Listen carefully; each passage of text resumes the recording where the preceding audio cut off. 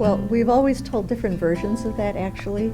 And recently, our younger daughter asked Waho to tell his version because she had only heard my version. And my version starts when Waho came into a Tai Chi class that I was in.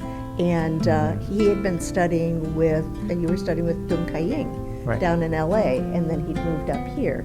And his master was the person, was the grandson of the master of the person I was studying with, if that makes any sense. So he came in and did this demonstration. I had no idea who he was, I didn't catch his name, but it was a sunny day, and he had these flowing white Tai Chi garments on, and at the time his hair was about down to his waist, and he did this incredible set, and then talked to, I forgot our teacher's name.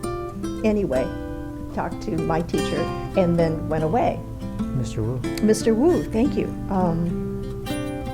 And so that was kind of it, and I just thought, wow, he's gorgeous. But that was all I thought at the time. And then later, it turned out that we were both working for the same agency. I was working in a girls' group home for difficult adolescents, and he was working in the boys' group home.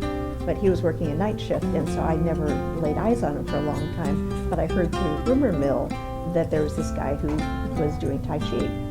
And then when I finally met him, I'm sorry, I'm laughing because he had cut off his hair. It was about shoulder length. Yeah. And he was wearing like cords and a t-shirt that wasn't really a very good color with his skin color. And it took me a while to realize he was the same person. Yeah. Okay, now it's your turn. What do you remember? So, at the time, she was just someone who worked, around where I was working, and I didn't think much of it. I was just doing what I was supposed to do and trying to find something to do to make a little money. Yeah, he was pretty oblivious. Yeah. I would kind of, stop by where he worked, because it was two different group homes in kind of opposite ends of the Alameda in San Jose, and I would stop by on these total made-up reasons and talk to him in the office, and and he just, it apparently did not occur to him that I was trying to flirt with him. So I finally resorted to calling him and saying something really lame like, "I'd like to get to know you a little bit outside of work."